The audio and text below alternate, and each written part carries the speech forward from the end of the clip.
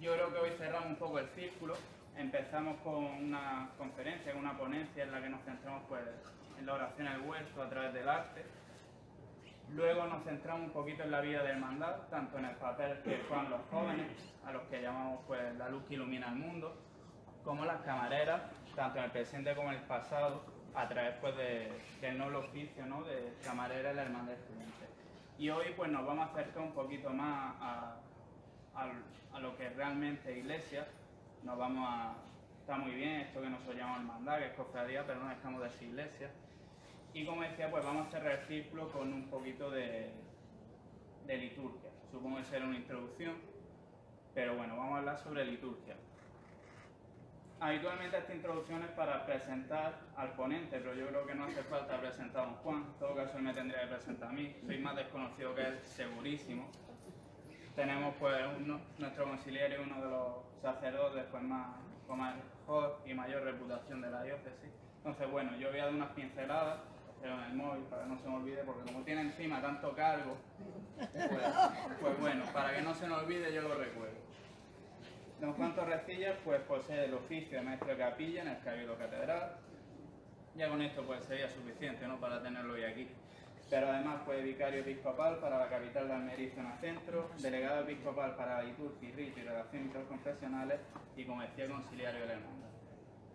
Dejando al margen estos oficios, cargos, títulos, como lo queramos llamar, yo la verdadera introducción que quiero hacer a don Juan es que para mí supone conocer o llegar a la madurez cristiana y católica. Porque aunque podamos quejarnos, valorar, ¿no?, de cierta forma, pues sus homilías son muy extensas, sus retiros son muy extensos, todo lo que queramos, yo creo que tenemos que prestarle siempre atención porque, dejando a un lado la extensión, para mí, y hablo ya desde el punto de vista personal, supone la madurez. Y lo digo totalmente convencido. A través, y ha sido a partir de escuchar a don Juan, ha sido cuando realmente yo empecé a buscarle el porqué y el cómo a las cosas a través de el verdadero significado. Y me explico. Nosotros habitualmente estamos acostumbrados a que nos gusta tener una Virgen muy guapa, unos apóstoles muy guapos, unos enseres riquísimos, pero es gracias a don Juan como hemos, por lo menos yo, como he intentado llegar a ello y conocer el significado que significa tener una Virgen guapa y tener un patrimonio rico. ¿Y por qué lo tenemos? No lo tenemos por tener y no lo tenemos por lucirlo en la calle. Tenemos que hacerlo siempre con una conciencia y con un soporte detrás. Y personalmente, como digo, a mí me lo enseñó don Juan. Así que a través de esta conferencia supongo que seguirá pues, enseñándonos y acercándonos a la Iglesia, y yo creo que es lo que tenemos que aprovechar de ella. Sin más, pues le doy la palabra y espero que disfruten.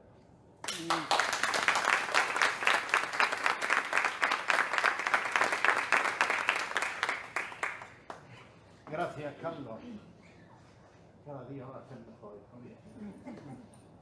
Pero además, efectivamente, lo que menos importa es los cargos que uno pueda tener, porque ahora tiene esto, mañana puede tener otro y dentro de nada ninguno, porque pasaré a la edad del júbilo.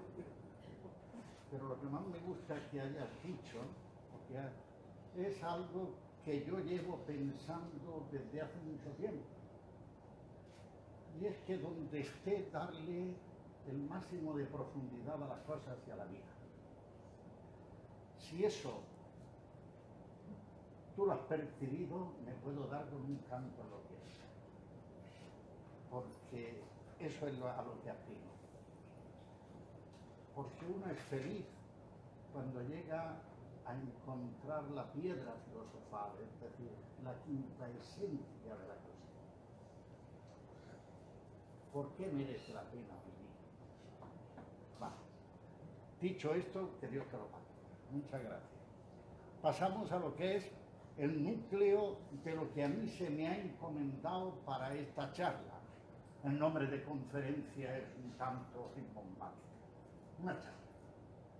Y es precisamente la relación o no relación pero es por una parte lo que llamamos liturgia y por otra parte piedad popular. Eso que escuchamos de piedad popular o de ejercicios de piedad. Como yo quiero hacer la conferencia un poco interactiva, hoy se lleva mucho eso, no simplemente a través de las tablets, sino a través también del diálogo. ¿Algún espontáneo me puede decir, cuando oye la palabra liturgia, en qué piensa? En la Eucaristía. ¿En qué? En la Eucaristía. En la Eucaristía. La Iglesia, dice. Sí, pero claro, la Iglesia es un concepto muy amplio. Y tanto la Iglesia como la Eucaristía tienen que ver con la liturgia, pero específicamente. Por ahí, cuando yo le doy clase a los seminaristas, comienzo por ahí. A ver, la mayoría me dice, pues bueno, es una ceremonia. La liturgia es el modo de hacer una determinada celebración. Así el liturgista es el que sabe dónde te tienes que poner en cada momento.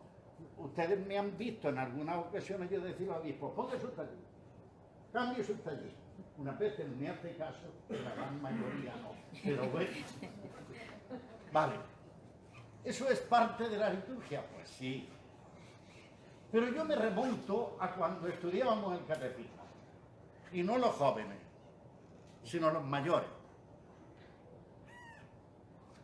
Era el culto oficial de la Iglesia, ¿verdad?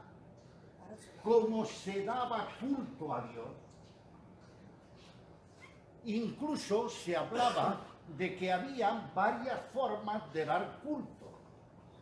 Y era el culto de la tría, el culto de Dulía, etcétera, etcétera.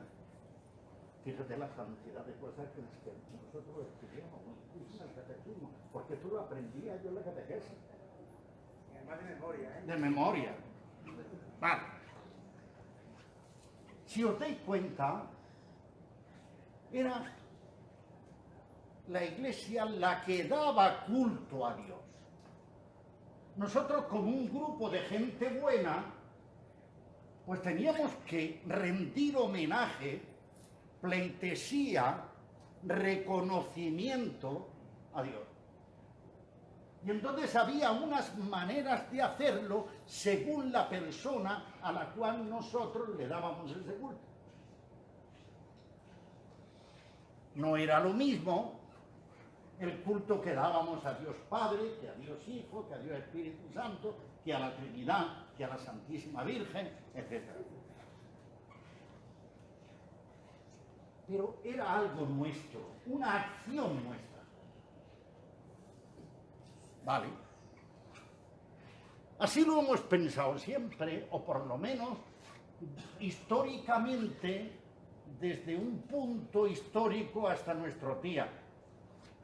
Sobre todo a partir del Concilio de Trento, allá por el siglo XVI, donde se produce un hecho que es la herejía protestante, que pone en duda la presencia real de Cristo en la Eucaristía y que la misa fuese el sacrificio, etc.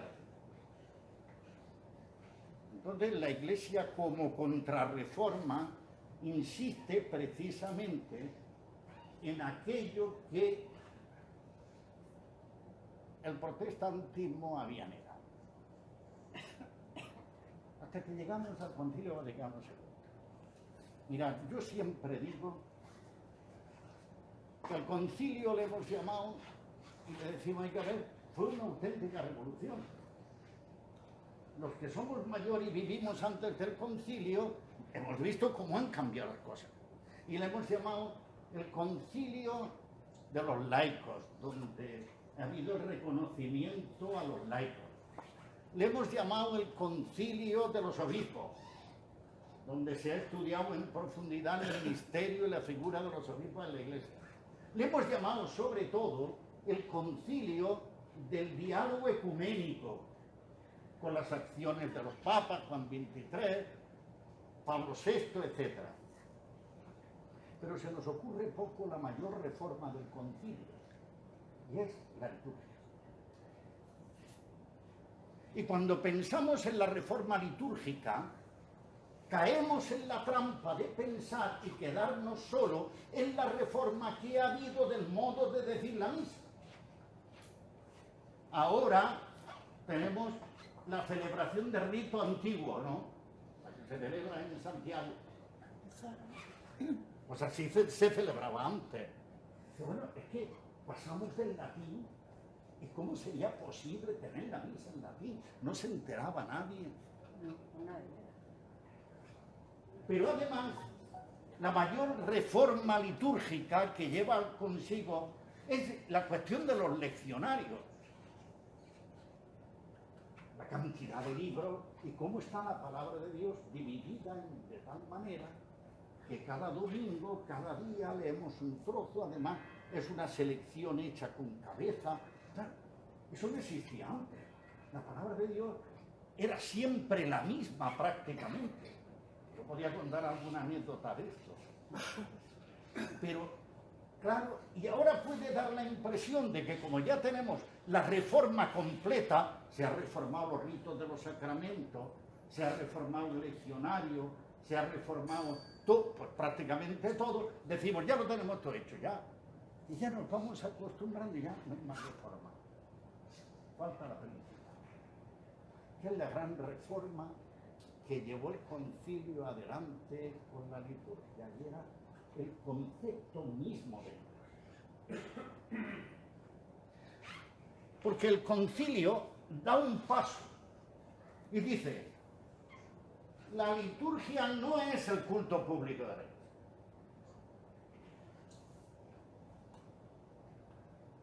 La liturgia no es lo que tú haces, ni lo que hace el cura, ni lo que hacemos en la iglesia. Se están escandalizando, ya lo sé, pero es que esto lo dice el concilio.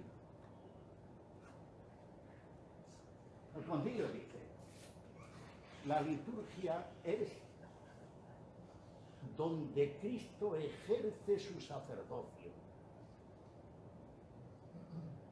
La liturgia es historia de salvación. Esto lo voy a explicar todo. La liturgia es primero la obra de Cristo. ¿Quién dice la misa? El cura no, ni tú. Quien dice la misa es Cristo. Quien bautiza es Cristo. Quien perdona es Cristo. Ese es el actor principal de la liturgia. Si esto no es así, no hay liturgia. Y ahora, gráficamente, de alguna manera, pienso que puede ser entendible. Si ustedes cogen la Constitución de la Sagrada Liturgia, Sacrosanctum Concilium, léanselo, ¿cómo comienza para definir lo que es liturgia el Vaticano II? Prácticamente hablándonos de la historia de la salvación. ¿Qué tendrá que ver para llegar a todo? Y dice, Dios Padre tiene un plan de salvación. Ya saben ustedes que cuando Dios crea al hombre, lo crea a su imagen y semejanza, y el hombre decide que Dios le sobra y que Dios es él. Si comes de este árbol, serás como Dios. ¿Y qué hace el hombre? Yo quiero ser Dios, yo como. Por tanto, el hombre produce una ruptura con Dios. Pero Dios no la produce con el hombre, sino que Dios desde ese mismo instante pronuncia una palabra que es una palabra salvadora. ¿Y cómo salva Dios? Dios entonces empieza una aproximación al hombre. Toda la historia Y aquí comienza una historia, que es una historia de salvación, porque en definitiva es una historia donde Dios quiere salvar al hombre, quiere rescatar al hombre. Y claro, no podemos olvidarnos de toda la historia de la salvación de la Sagrada Escritura, donde Dios se va manifestando. El apóstol San Pablo, cuando habla de esto, dice, Dios abrió la llave de su secreto. Es decir, se reveló. Y revelarse no es ponerse en guerra contra el otro, que eso come, sino que es descorrer el velo. Tú te has ido, pero yo te busco y yo quiero darme a conocer a ti. Este es el plan de salvación de Dios. Y aquí entonces tenemos, o podemos situar la primera manifestación a Abraham, pues a Moisés, los profetas, etc.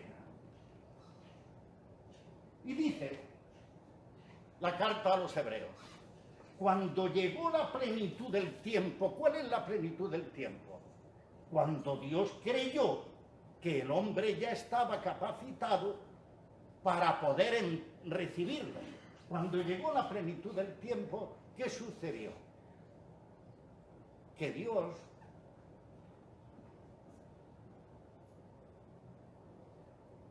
nos mandó a su Hijo.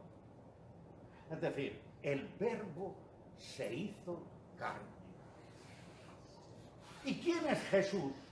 Es Dios y hombre. Es decir, Dios se une a la humanidad. Lo que Él venía buscando se ha producido ya en la persona de Jesucristo. La salvación ya está hecha. Lo humano, la carne humana, la tuya y la mía, ha sido santificada porque se ha cristificado.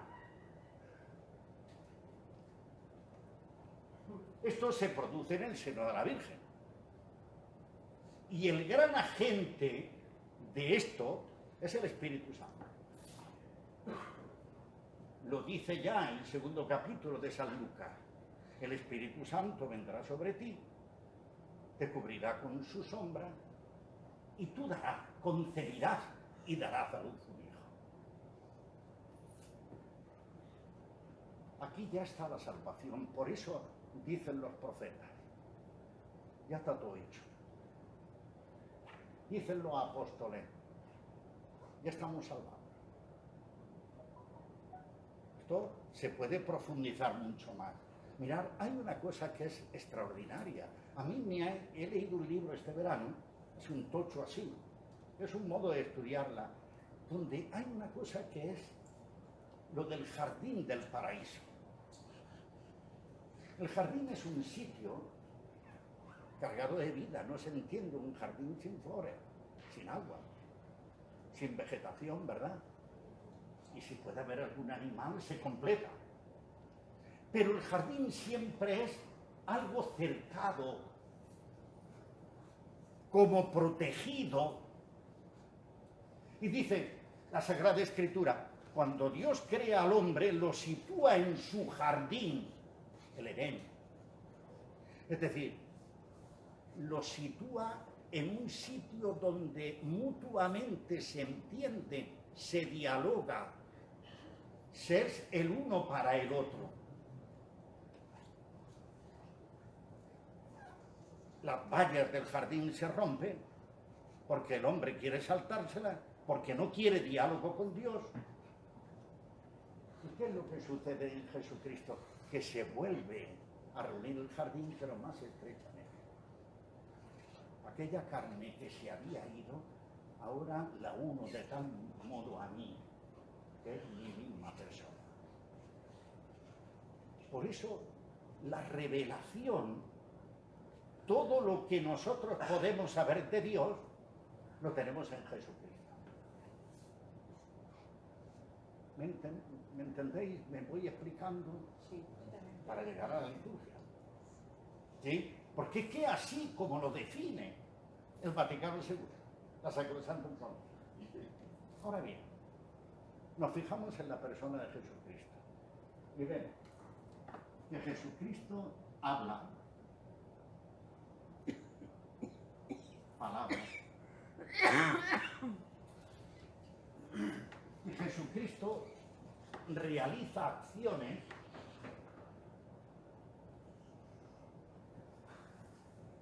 es decir, hace cosas, predica y hace.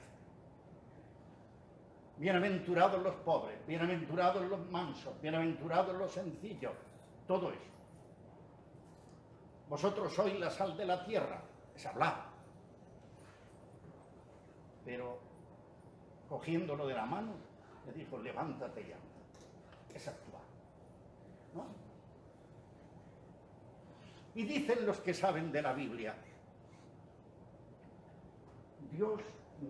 Jesús nos salva por la palabra y la acción. Esto tiene mucho que ver luego con la liturgia, ya lo veréis.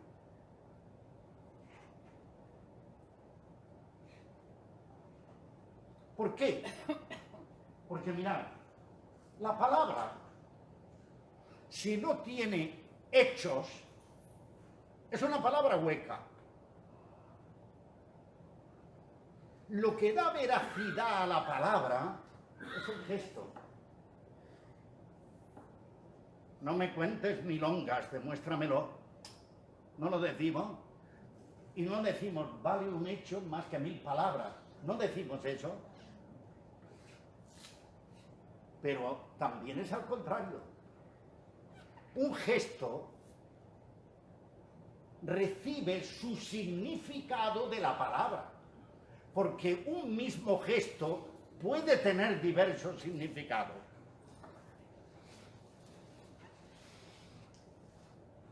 ¿Me explico? No es siempre lo mismo un beso si no se explica. Si no dice cómo, por qué. Ahora bien, y todo esto es lo que Jesús realiza a lo largo de su vida pública. Pero llega el momento culminante de la vida de Jesús. Y el momento culminante es lo que nosotros llamamos su Pascua.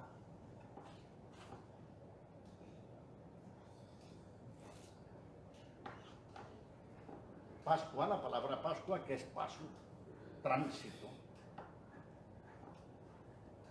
es su muerte y su resurrección.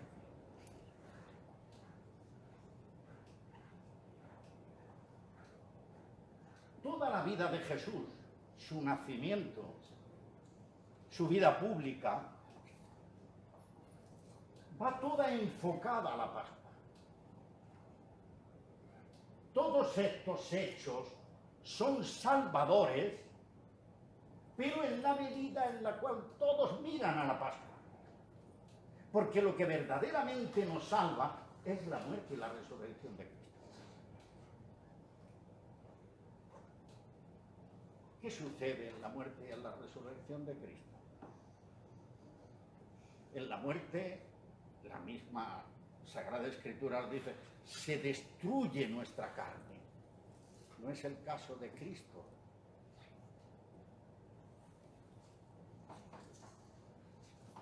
Pero se resucita. Por eso la resurrección es el hecho fundamental de nuestra vida cristiana, porque dice Pablo, si Cristo no ha resucitado, vana es nuestra fe. Y no porque la resurrección sea el argumento de la fe, sino porque si Cristo no está vivo, ¿en quién cree? En un muerto.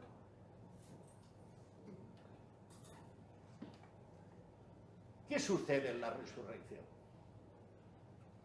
Jesucristo, en cuanto hombre, está subyugado, metido a la caducidad de la carne, que Cristo asume, porque asume hasta la destrucción de la misma ¿Qué es la muerte?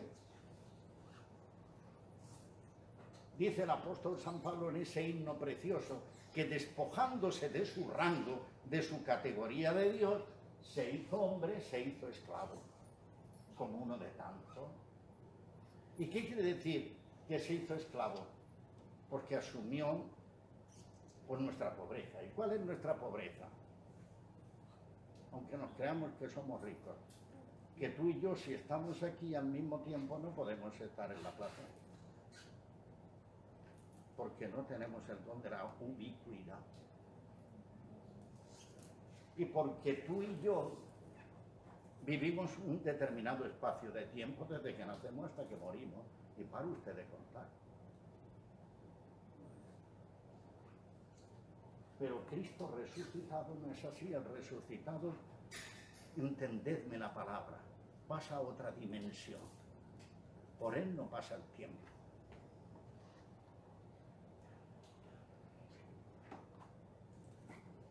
Y él puede estar en cualquier parte, como cuerpo glorioso. Por tanto, la resurrección hace que esta muerte y esta resurrección estén siempre presentes. Nosotros, dice el libro del Apocalipsis, Cristo ayer, Cristo hoy, Cristo mañana, Cristo siempre, es el eterno presente. En Cristo no hay pasado, en Cristo no hay futuro, Cristo es el hoy. Entre paréntesis, cojan ustedes el misal y verán que no hay un verbo ni en pasado ni en futuro. Todos están en presente.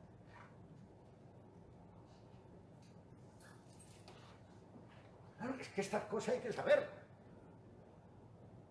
Yo tenía un profesor que decía, era un filipino, que hablaba el italiano y decía, no,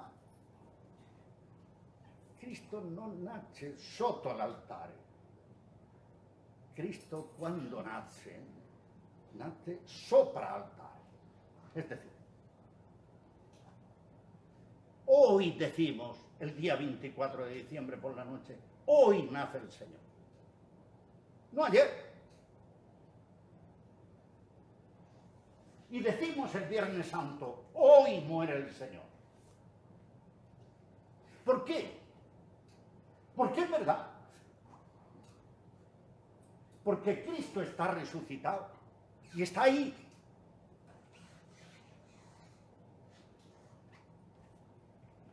Claro, entonces la liturgia no inventa nada nuevo.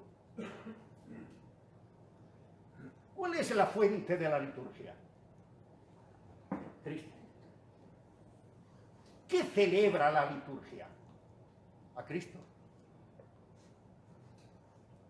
¿Y qué celebra la liturgia de Cristo? Su muerte y su resurrección. ¿Qué es lo que celebramos en la misa? Pero mire usted, es que el día de la Inmaculada, claro, y tenemos misa, claro. Pero es que mire usted, aquí lo importante no es la Inmaculada. Aquí lo importante es que Cristo ha muerto y ha resucitado. Y por eso la Virgen es inmaculada.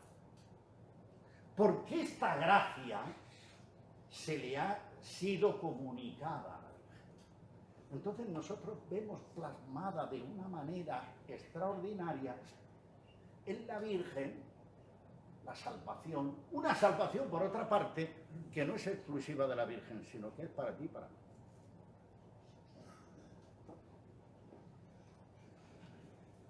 La resurrección, el hecho de que Cristo es resucitado, ni por él pasa el tiempo, es el eterno presente. Ahora bien, la muerte y la resurrección de Cristo serían aplicables a los contemporáneos de Jesús. ¿Qué hacemos nosotros, pobres desgraciados, que hemos nacido en el siglo XX? ¿Habéis nacido algún día en el XXI?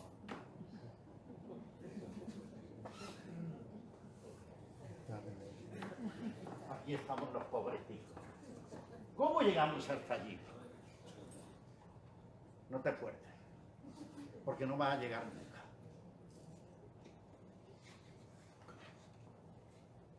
Pero Dios te quiere tanto que Él sigue bajándose. ¿Y cómo se abaja? Reproduciendo de nuevo lo que ha sido realizado en Él. Me explico.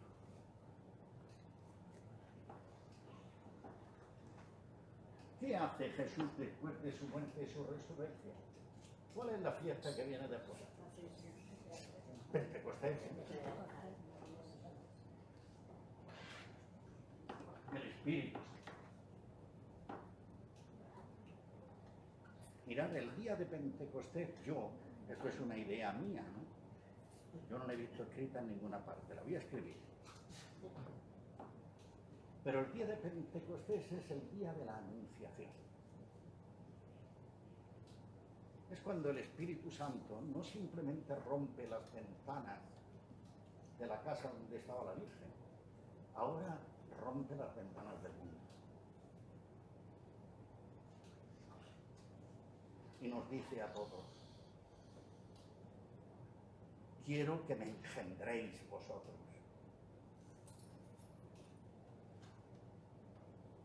Quiero hacerme carne en vuestro vientre y en vuestra alma.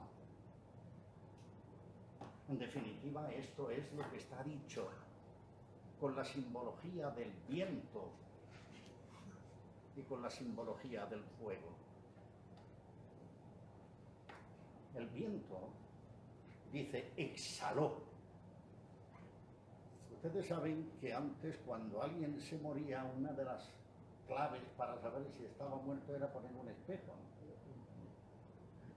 Y si aquel espejo, pues es que todavía respiraba, pero si no había nada, decíamos: ha exhalado el último aliento, es decir, la vida. Ese viento es la vida de Dios sobre los apóstoles de la Virgen. Y Dios te dice a ti y a mí que lo que quiere es hacerse carne en tus entrañas y en tu alma. Pero claro, no está con que lo diga, tiene que poner los medios. Y efectivamente lo hace. ¿Y qué hace? Pues se reproduce aquí lo que ya se había producido en Cristo, que es la humanidad, la divinidad y la humanidad. En este caso, la humanidad somos todos nosotros. Y la divinidad, cuando nosotros dejamos que el Espíritu Santo actúe. Y ahí tenemos la iglesia.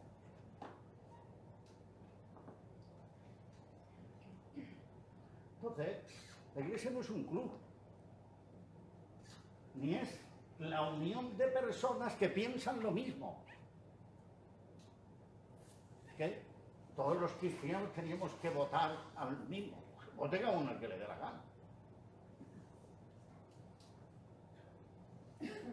Es que todos teníamos que ser del Madrid. Pues oye usted, puede haber que sean del Barcelona. ¿No? Y luego nos asusta.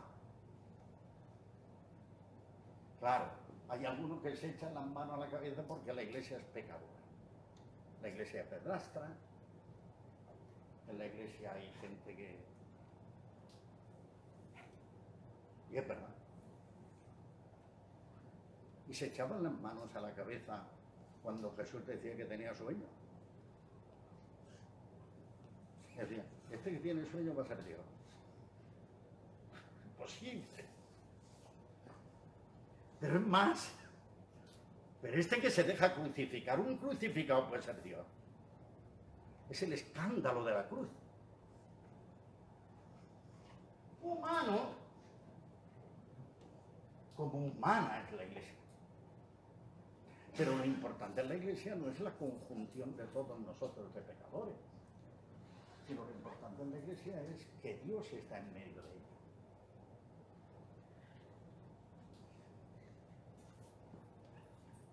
La Iglesia que dice el Concilio Vaticano II.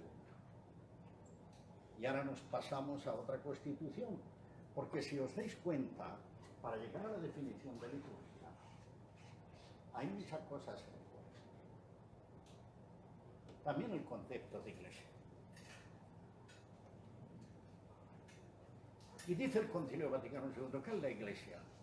Dice, la Iglesia es el cuerpo de Cristo. Bueno, esto no se lo ha inventado el Vaticano II, ya lo dice San Pablo en la carta a los Corintios, donde Cristo es la cabeza, nosotros somos los miembros, ¿no? ¿Saben? Es Cristo.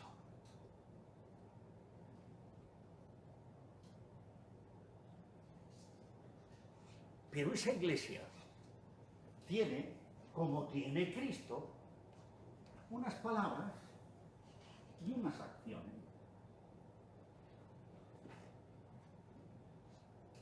Son las palabras y las acciones sacramentales. Es decir,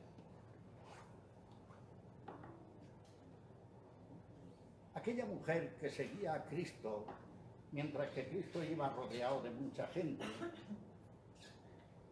y dice, si yo pudiera tocar el manto, quedaría sanada. Y efectivamente aquella mujer se las arregla para meter la mano, tocar el manto, y dice Cristo, ¿quién me ha tocado? Y dice el Evangelio, porque Cristo notó que una virtud, que una fuerza había salido de él. Nosotros para sentir, no sentir, sino para ser salvados, necesitamos tocar el manto de Cristo. No nos salvamos por la varita de virtud, nos salvamos tocando el manto. ¿Y cuál es el manto? Tocando el manto, el medio que la Iglesia, cuerpo de Cristo, me pone. De tal manera que yo me hago hijo de Dios cuando me baño en el agua que en la Madre Iglesia me da. Como aquella mujer que tocó el manto de Cristo. No podemos hacer una disociación o podemos tener un atajo, como muchas veces decimos. No. Yo ya me entero y discuto con Dios. Venga, a ver si puedes. No. Hemos de seguir el proceso. Porque, fijaros, es curioso, porque lo mismo que sucedía en la vida de Cristo sucede en este momento con las acciones sacramentales.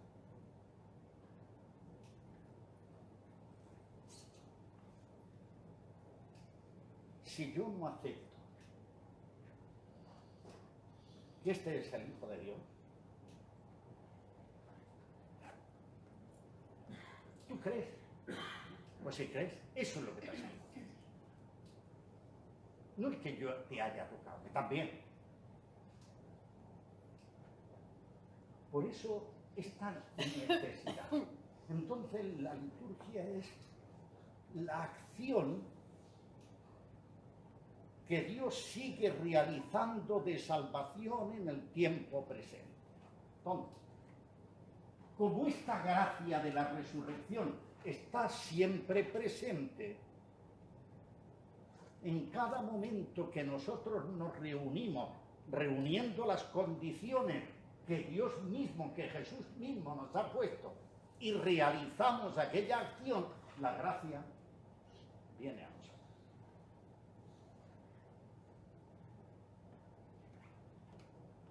Si nosotros estamos juntos y hay un presbítero, es decir, uno que está ordenado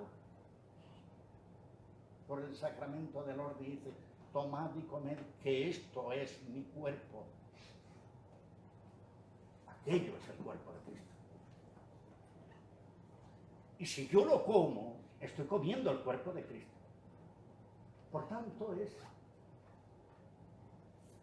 la acción salvadora que Dios sigue actuando. Por eso, la asistencia a misa, la participación en la liturgia, no es un mandato, es una necesidad. Porque si yo no comulgo, no me convierto en la carne de Cristo. Así mismo. Y si hacemos el símil con el alimento humano, si no como, me debilito. Si no comulgo, mi fe viene abajo. Si no participo. Entonces, en la liturgia se da un primer movimiento que podemos llamar descendente. Es el primero. Dios que se hace visible, Dios que salva, Dios que me habla. Un segundo movimiento que es envolvente, que yo lo recibo, que me dejo transformar. Y ahora sí, ahora doy culto a Dios.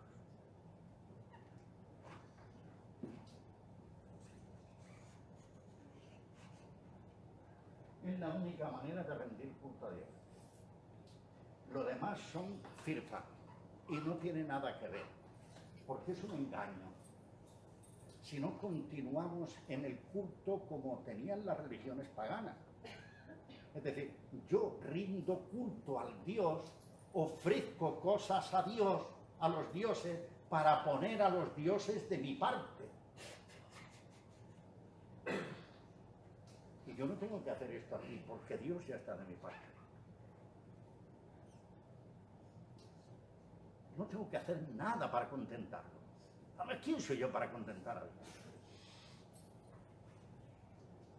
Aunque vaya de cabeza. No, es Él el que primero me ofrece su salvación. Y me la ofrece para que yo la asuma, para que la haga vida. Y me da no simplemente la posibilidad, sino que al mismo tiempo, de esta manera doy culto a Dios. Voy terminando en esto. ¿Recordáis aquel diálogo de Jesús con la samaritana? Cuando Cristo se pone a hablar con aquella mujer, es un evangelio cargado de simbolismo y de significado, como todas las cosas de San Juan. Y el evangelio de San Juan tiene mucha tema. Pero llega el momento en el cual aquella mujer, para distraer de lo fundamental a Jesús, le plantea la cuestión. Es que vosotros están hablando de que ella es samaritana y Jesús es judío. Es que vosotros decís que hay que adorar a Dios en Jerusalén, los judíos. Y nosotros decimos que tenemos que adorar a Dios aquí en el Monte Moria, en Samaria. Y Cristo se queda mirando ahí, qué tontucia. Dijo, para adentro, no para afuera. Y respuesta de Cristo, yo no me voy a pelear por eso, porque yo soy de los que dicen que tampoco habrá que adorar a Dios en Jerusalén. Luego lo dijo. Porque una de las cosas de las cuales acusaban a Jesús era precisamente por esta, que había dicho que le iba a destruir el templo. Y es que lo dijo. Destruir de este templo y yo lo reconstruiré en 3 días. Y dice San Juan, estaba haciendo referencia al templo de su cuerpo. Pero, dice no. Que no es ese el problema, mujer. Que llegarán días en los cuales ni en este monte, ni en Jerusalén se dará culto a Dios. ¿Cómo se dará culto? ¿Qué le dice? Ay, que no os acordáis. Hay que leer más el Evangelio. En espíritu y en verdad. ¿Cómo ¿Cómo doy culto a Dios? Con mi vida de verdad. No de mentira. ¿Cómo doy culto a Dios? Cuando dejo transformarme por Cristo. Cuando me renueva. Cuando me saca de donde estoy, me dejo sacar. No tengo que hacer más. Mire usted, es que yo vengo con incienso. Y te dice el Salmo. Salmo 50, hoy lo hemos leído. No me eches incienso. Lo que quiero es el olor de tu vida santa.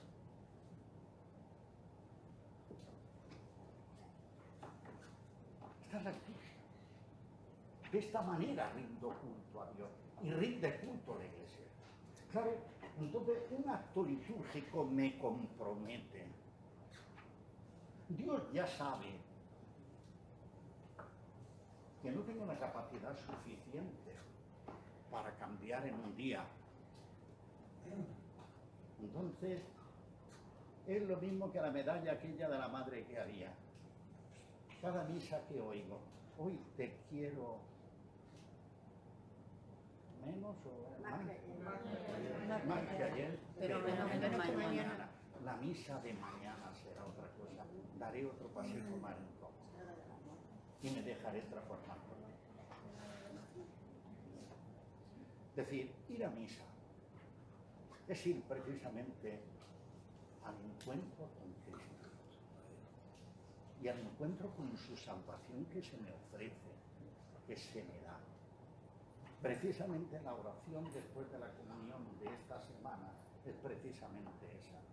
Señor, que lo que mueva mi vida sea tu acción, no mi sentimiento. Pero es que esto pasa en el amor. El sentimiento, cuando uno tiene 80 años, desaparece. Lo que permanece es lo que se ha acumulado durante toda la vida. La entrega.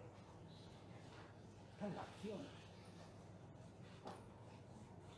Bueno, así veis cómo en la liturgia se dice, yo siempre le digo a los seminaristas, la letra rojilla esa que viene en los misales, no es una obligación. Hemos de entender por qué. Por ejemplo, yo a los curas, cuando les digo, dicen misa, cuando se van a decir las palabras de Cristo en la última cena, palabras consecratorias dentro de la plegaria eucarística, dice, tome el pan en la mano. Dice, e inclínese. ¿Por qué dicen misal eso? En este contexto. Porque es una manera de adorar al Señor. No, el Señor no quiere que lo adore nadie. Ahora. Es para que la gente vea que no son las palabras tuyas. ¿Tú quién eres? Ni el Papa. Si aquí el que está diciendo eso es el Señor que está detrás de ti. Y si Él no está, aquí no hay conversión de pan y vino. Pero está. Porque Él ha prometido estar. Y además, porque también invocamos al Espíritu Santo. ¿No habéis oído en Cano, la plegaria eucarística, que el Espíritu Santo, que se conviertan en el cuerpo y en la sangre de Cristo? Claro, es lo que transforma. Por eso el concilio termina diciendo que la Sagrada Liturgia es la acción por excelencia de la Iglesia. Es verdad que la catequesis es muy importante, pero si la catequesis no va acompañada de esto, estamos haciendo cerebritos. Ojalá hiciéramos cerebritos, que a lo mejor ni eso con la catequesis que damos. Yo, para que me puedan entender en este aspecto, ustedes saben que ahora menos, pero ha habido una cierta discusión y la sigue habiendo con el orden de la administración de los sacramentos, sobre todo los sacramentos de la iniciación cristiana. Me refiero a bautismo, confirmación, eucaristía. La pega que siempre hemos puesto en Occidente, y sobre todo en España, la pega que siempre hemos puesto, claro, es que los niños no entienden. ¿Cómo vamos a dar un sacramento si un niño no entiende? Pues no lo bautizamos.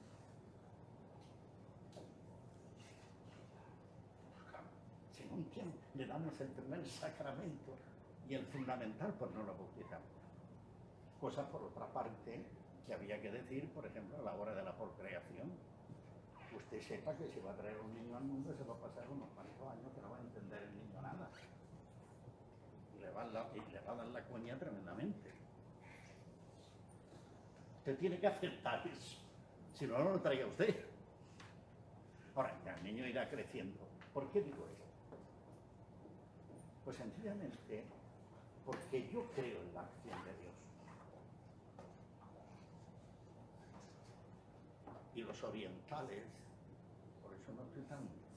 Los orientales, cuando bautizan a un niño, lo confirman y le dan la comunión. Con una botella de vino se lo echan a los niños en la boca. Esto es creer que si uno no se alimenta se muere.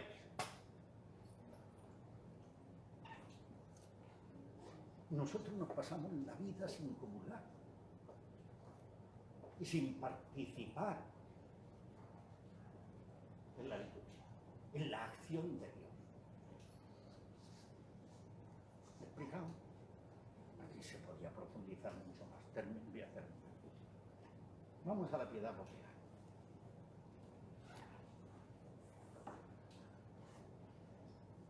Ciertamente la piedad popular son todas aquellas manifestaciones que una persona o un grupo de personas tienen, pues, o bien para expresar su fe, expresar su amor, expresar su visión de la divinidad y de las cosas.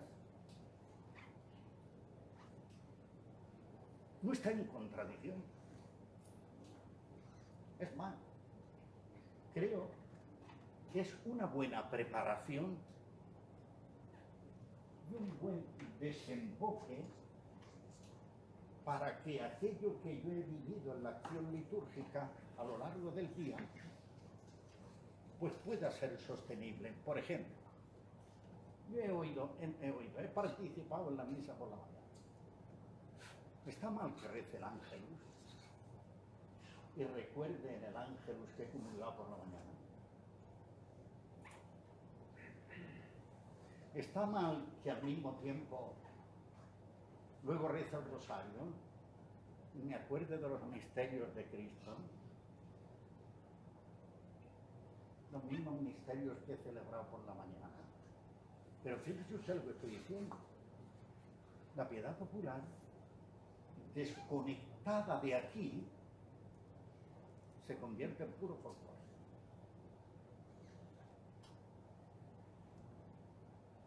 O si queréis, de alguna manera, se convierte en acto cultural, que no está mal.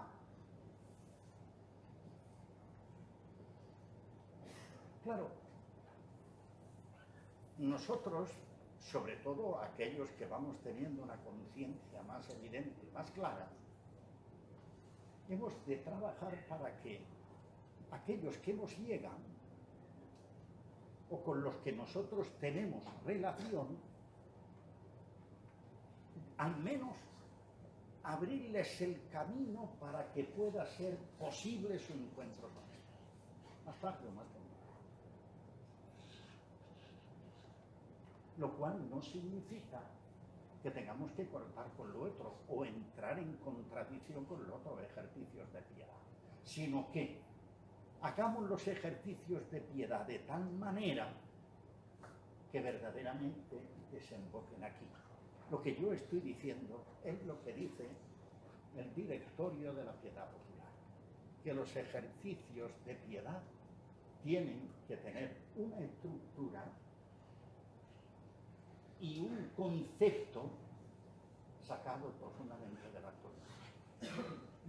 Como son, pero que han de ser así. Por ejemplo, meter mucho más en la palabra de Dios, el recuerdo con. Fijaros que hay cosas que hemos de tener muy presentes. Por ejemplo, en la exposición del Santísimo Sacramento, las normas son, por esta razón lo vais a entender perfectamente, las normas son que cuando se haga exposición del Santísimo Sacramento, la custodia se ponga sobre el altar. O, en su defecto, lo más próximo al altar. Y que se vea siempre el altar. ¿Entienden por qué? ¿Por qué? Me imagino que lo entienden. Porque la Eucaristía no es un hecho aislado, no es un hecho mágico, sino que es el fruto de una acción, de un acto litúrgico, que es lo principal. Si no hay celebración de la misa, no hay Eucaristía. Mire, yo no puedo en este momento coger un trozo de pan y decir, este es mi cuerpo, y ya está. ¿No? Entonces, el gesto de que yo estoy adorando, incluso con las formas exteriores, me recuerde aquello que hace un altar. Y termino con esto. Aquí hay, en la liturgia hay una cuestión que llamamos, el componente es la simbología. Y aquí es donde puede haber un poco más de fricción con las hermandades y cofradías, yo digo lo que sí. En la raíz de una hermandad y de una cofradía, sobre todo de Semana Santa, está el hacer y reproducir el acontecimiento originario lo más posible. Entonces yo veo, y vosotros lo veis, que las imágenes, por ejemplo, reproducen el momento de la oración de Jesús en el huerto. Luego decimos, aquí había 3 apóstoles, pues nosotros hacemos 3 apóstoles. Y los vestimos no con vaqueros, sino que los vestimos pues, con la ropa que llevaban entonces. Es decir, es ir del presente al pasado. Retrotraerse. ¿Por qué? Porque el acontecimiento histórico es irrepetible. Puede haber otra oración en el huerto, pero no es la misma. Aquella fue aquella. En la acción litúrgica no hay una representación del hecho histórico.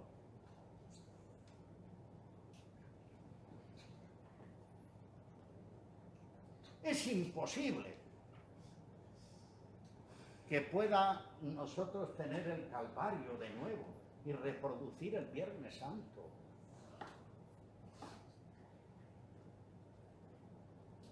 Ese acontecimiento ya no se vuelve a repetir. Y si fuese necesario repetirlo, no creeríamos que Cristo había resucitado. Por tanto, la liturgia no juega, como juega en el buen sentido de la palabra. Nunca hay representación. Ahí nadie representa nada. En la liturgia hay actualizaciones. Y eso únicamente se puede hacer a través del símbolo. ¿Qué es un símbolo? Me explico. Vais por la carretera y veis una señal que dice, nosotros ya sabemos que es curva a la derecha, ¿no? Nosotros no vemos la curva, ¿verdad? Pero esto nos está indicando que dentro de un poco está la curva. La liturgia juega con signos,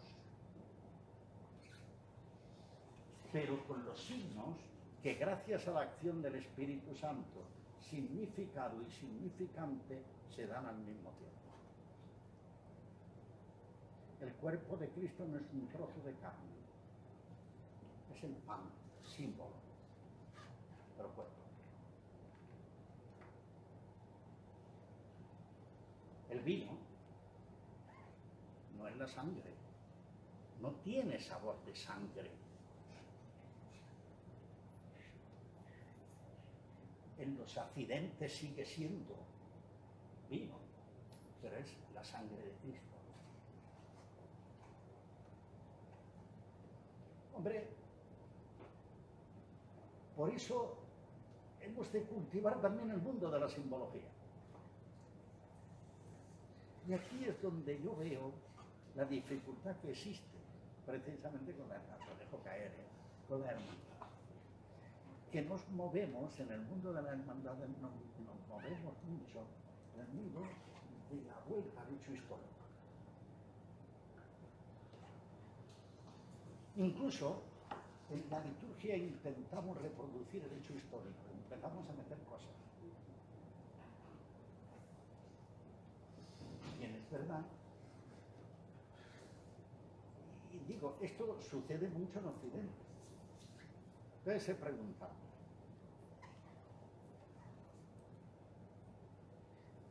en Polonia no hay procesiones como las que nosotros tenemos.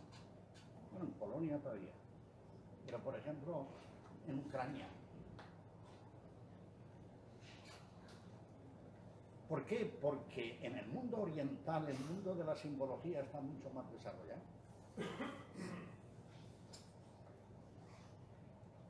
¿Por qué los orientales, aparte del problema iconoclasta, pero por qué los orientales no tienen imágenes? Pero sin embargo juegan con la pintura. Los iconos. Los iconos, cualquier parecido con la realidad es pura coincidencia. Son unas caras, tiene su arte, ¿eh? Pero tienen unas caras un tanto deformadas un poco del greco, ¿no? Pero es que, ¿qué quieren representar? Que aquello no es simplemente humano, sino que está transido por el espíritu. Y nosotros, cuanto más humano, mejor. Que no está mal. Por eso, las dos cosas. Pero si alguien tiene que estar dependiendo de, sería toda la piedad pura que tiene que tener como fundamento. ¿Por qué si no? Tiene que tener como fundamento el acto litúrgico. ¿Por qué si no? Existe el peligro, como ya se da, de la superchería, de incluso de hacer vincular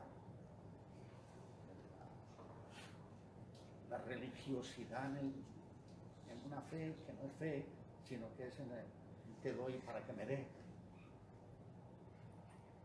Y no en la aceptación de un Dios que se nos ofrece como gracia.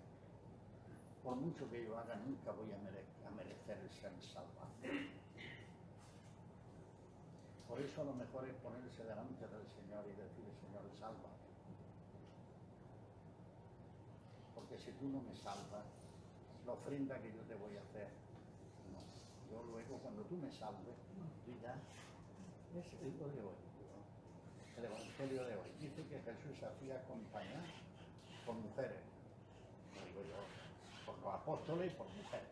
Y dice exactamente, por María Magdalena, y dice el Evangelio, de la cual habían salido 7 demonios. Por la par, que era acusa al intendente de Herodes. Es decir, de aquellas sobre las que la gracia había recaído, habían sido transformadas y se habían convertido en Señor. Esta es la fe. Y esta es precisamente lo que nosotros tenemos. Pero además es que nuestra vida cristiana es que somos unos privilegiados, porque no tenemos que hacer nada. A ver, ¿qué hizo la Virgen para ser la Madre de Dios? ¿Qué hizo? ¿Me queréis contar? Yo me imagino que mujeres buenas como ella habría, ¿eh? Si se trata de guapura, vaya usted a saber la razón por la cual el Señor eligió a la Virgen. Yo no lo sé, porque quiso. Pero ella misma reconoce que no tenía nada. Nos hagamos tampoco nosotros. Entonces, lo primero es la aceptación, porque la acción litúrgica es la acción de Dios. En cuanto que me dejo envolver, también es la acción de Dios. Y es en el único sitio donde Dios y nosotros actuamos. Y termino con esto, para que lo entendamos. Al final de la plegaria eucarística decimos, por Cristo, con Él y en Él. A ti Dios, a ti.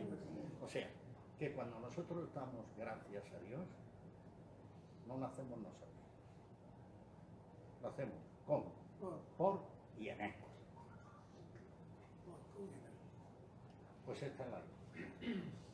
Y eso es lo que tiene, que tenemos que tener los actos de piedad que nos vayan conduciendo, porque verdaderamente la fuerza de la salvación está.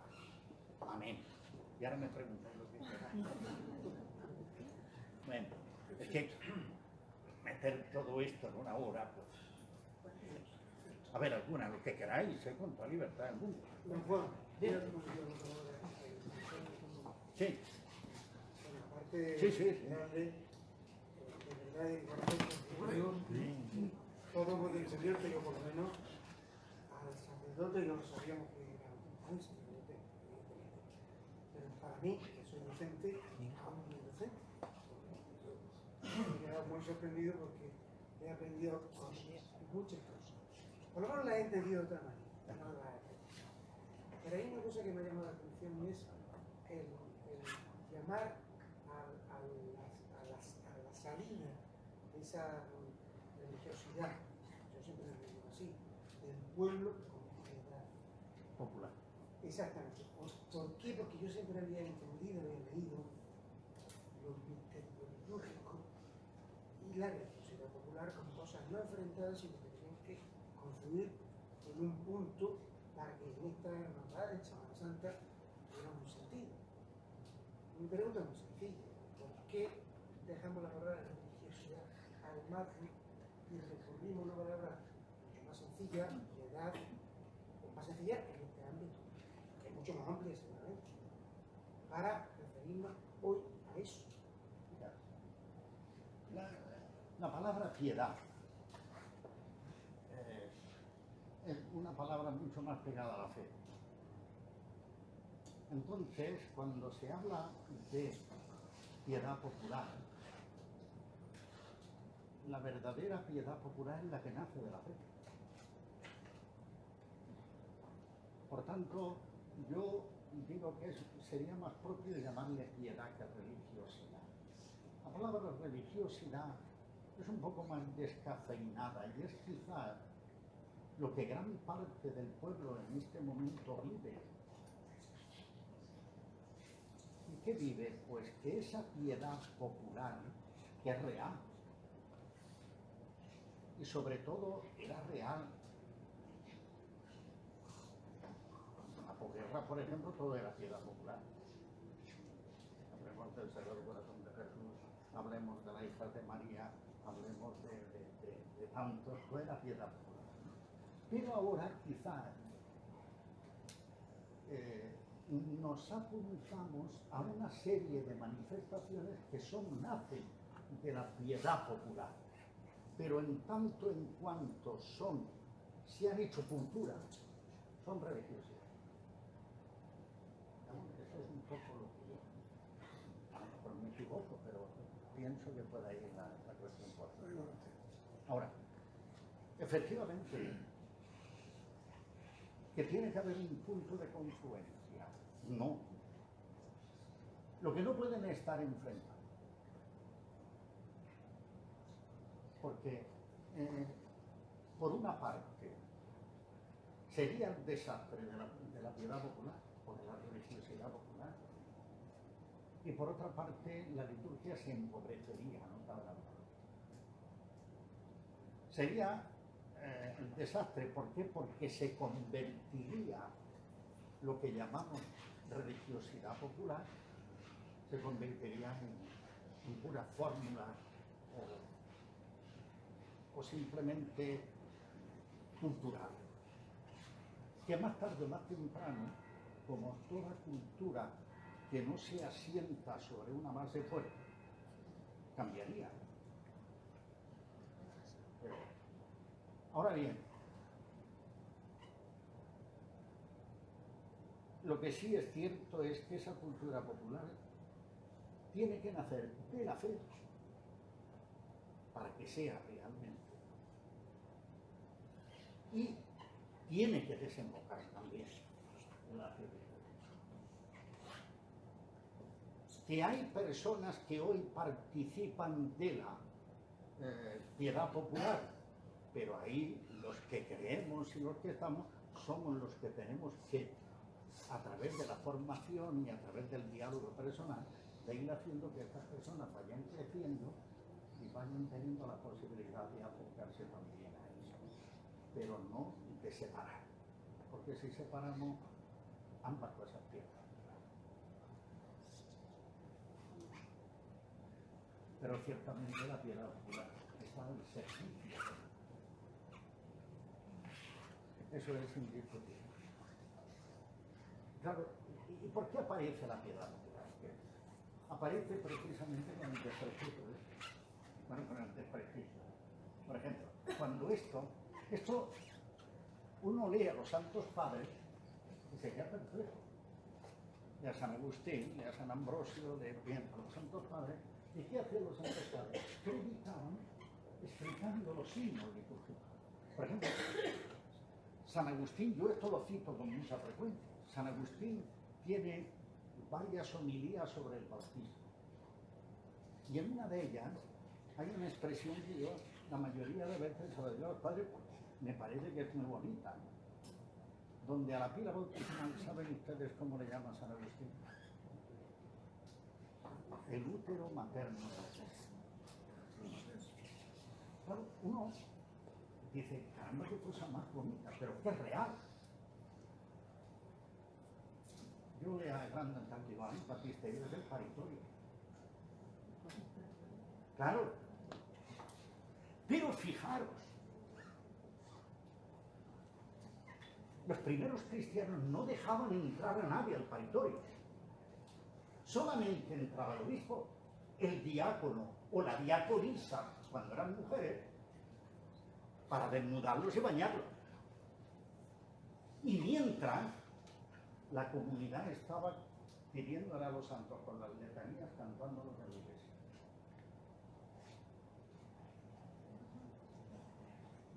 Claro, claro, todo esto lo empezamos a separar del pueblo. Empezamos a hacer unos ritos que los va asumiendo simplemente la parte sacerdotal. Empezamos a ser clericales. Ustedes no. Con toda la belleza que tiene las rejas de un presbiterio, que tiene una belleza, pero son la visible cuestión de decir, oye usted, aquí están los pobreticos fieles y aquí están los sacerdotes bajo esta reja, separados. Claro, ¿qué hace el pueblo mientras? Tiene que inventarse cosas. Vamos a ver, ¿Guardan ustedes todavía los libros de la comunión? Sí, sí. ¿Quién nos decían a los niños cuando iban a la comunión? Tu hijo mío, durante la misa de la comunión, estas oraciones que vienen aquí. No importa como la no misa. entendíamos. Además es que no sabíamos. No. Entonces, nosotros en nuestra oración aquí, Por eso se rezaba también el rosario. claro, mientras. Pero es que Sí, yo fijaros, rezaba el rosario mientras que era la la misa. Iglesia tiene que mandar la comunión por Pascua Florida, porque nadie comulgaba. Había misa que no se daba la comunión. ¿Es que? Claro, entonces, ¿qué pasaba? Eso sí, que todo el mundo se ponía de rodillas cuando se rezaba el Señor. Era entender que era una liturgia de pleitesía a Dios, pero no participando en el misterio de Dios, donde de alguna manera yo me quedaba fuera. Y yo me salvaba en la medida en la cual yo era tremendamente respetuoso. Pero no, mire usted, si se trata de ser respetuoso, pero el respeto está en que deje usted que Dios actúe en su vida. ¿Y cómo dejo yo que Dios actúe en mi vida? Primero, siendo consciente de que soy pecado. Porque el que se cree que no es pecador, nunca se convierte. Y si no se convierte, no hacemos nada. ¿Claro? Es decir, no nos dé miedo reconocer que somos pecadores y que hemos pecado. Pero si ahí está la salvación, es gratis. Que nos da el Señor, pero siempre y cuando nosotros tengamos la suficiente apertura, la suficiente confianza para dejarnos tocar por Él. Un rato de lucidez puede venir aquí, ¿no? Aquello de Paul Claudel, ¿no? Cuando entró en Notre Dame, París, y vio la celebración. No, es que cuando hacemos unas celebraciones, las hacemos, no digo yo solemnes, sí, pero hay que hacerlas de tal manera que verdaderamente era lo que aquel monje oriental decía. Es el espacio donde yo entro que está la divinidad y donde se me para el cielo. Claro, todo esto, la liturgia es belleza.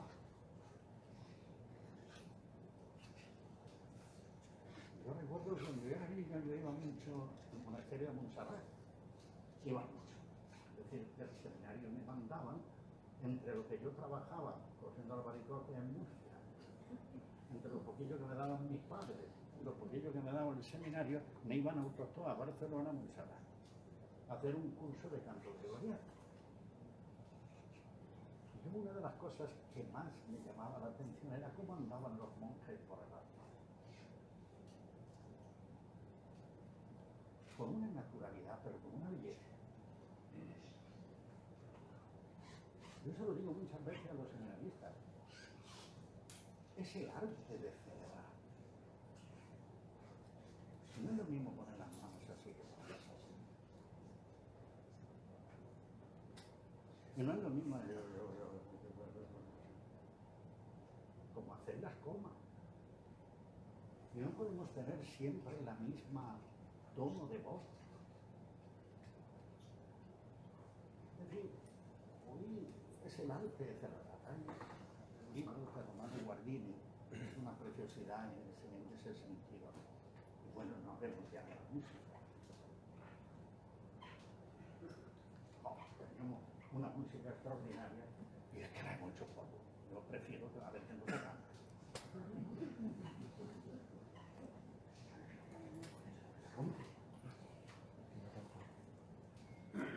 Y sobre todo en la letra de los cantos. Yo muchas veces le digo, vamos a ver. Yo iba a celebrar a San Antonio y me encontraba un canto de entrada que era no sé qué. Y yo, bueno, vamos a ver. Pero quién celebramos? ¿A quién estáis cantando? A San Antonio. Pues cantar los pajaritos,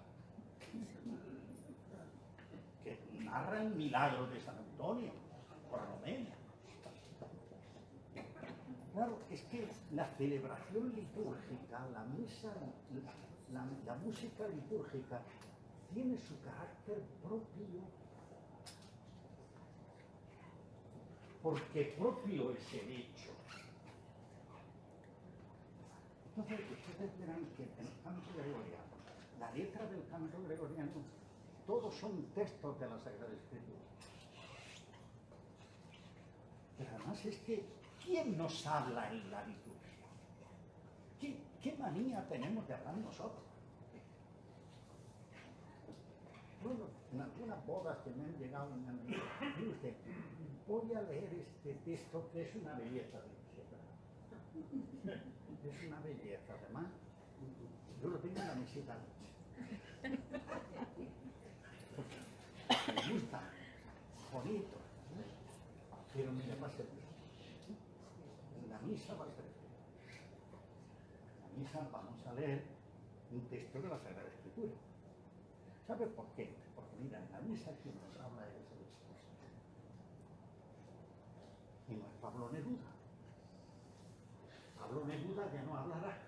Además, yo creo que Pablo Neruda tampoco quería que hablaran en misa, en otra cosa. Pero es Dios el que no habla. Si yo a veces, a los de Cáritas, a los otros, el jueves santo, día del amor fraterno, no. ¿Por qué ponemos que el jueves santo es el día del amor fraterno?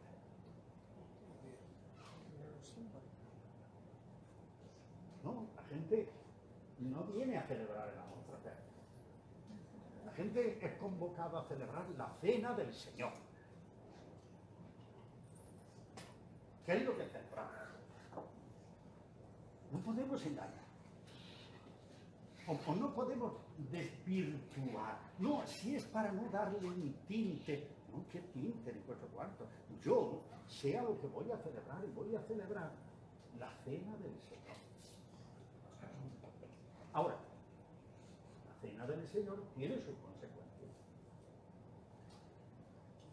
Y es que el Señor, cuando lavó los pies a los discípulos, nos dijo, ¿habéis visto lo que yo he hecho? Haced vosotros lo mismo. Pero yo no puedo hacer lo mismo si no veo lo que Él ha hecho. Es que esto no es una ONG, es que esto es seguir el mandato del Señor. Entonces, no, el domingo es el día del Señor y no es el día del don y no es el día de no sé qué, de Panamérica. Hagamos una colecta para eso, ¿de acuerdo? Recordémosle las peticiones, ¿de acuerdo? Pero el domingo es el día del Señor, donde voy a celebrar la resurrección. Y yo voy a eso. Vale, ¿alguna cosa más? Pues nada, muchas gracias por vuestra atención. Dios lo pague.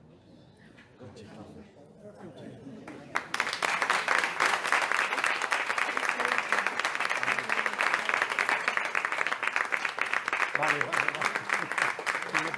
Yo me pongo colorado, me da vergüenza. No se vaya. Bueno, estamos, la verdad que estamos siempre acostumbrados a escucharlo en misa, pero en esta ocasión hemos tenido la suerte de comprobar de qué manera tan fácil se entienden las cosas y lo ha hecho, pienso, una charla muy cercana, muy amena y hemos podido disfrutar de su conversación y de aprender y esto nos va a hacer un poco saber qué hacemos y qué significan las cosas, que era de lo que se trata. Así que muchísimas gracias, don Juan. Y la verdad que esto se tendría que repetir más veces, no porque fuera el 75 aniversario, sino hacerlo más a menudo porque es necesario comprender para seguir creciendo y como don Juan ha dicho, pienso que la fe son acciones y hechos, palabras y acciones. Y esa frase me ha gustado mucho. Así que un gran aplauso.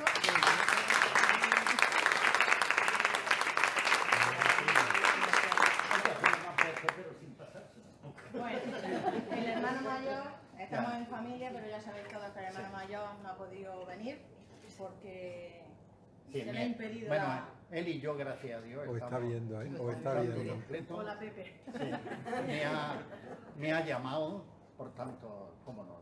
Se va a disculpar, pues, si es que no necesita disculpas, es que es así. Hoy le ha tocado a él, mañana nos tocará a otro. Lo importante es que no hay fisura y que... ¿Es que se ha caído? No, pero han operado A Isabel. a Isabel. Ah, pero eso. Bueno, le hemos comprado un detalle, no es una metopa, para que la tenga de recuerdo y espero que le guste mucho y que cada vez que la use se acuerde de todos nosotros, que se lo hemos hecho con mucha ilusión.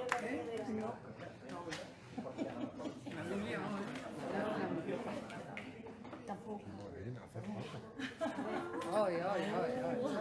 Os voy a contar una cosa.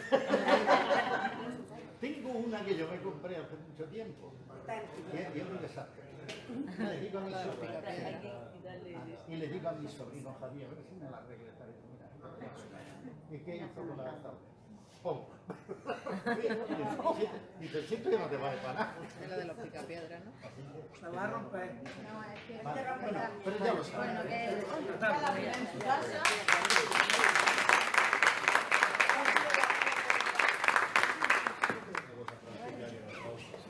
Bueno, yo la agradezco. La quiero mucho, aunque a veces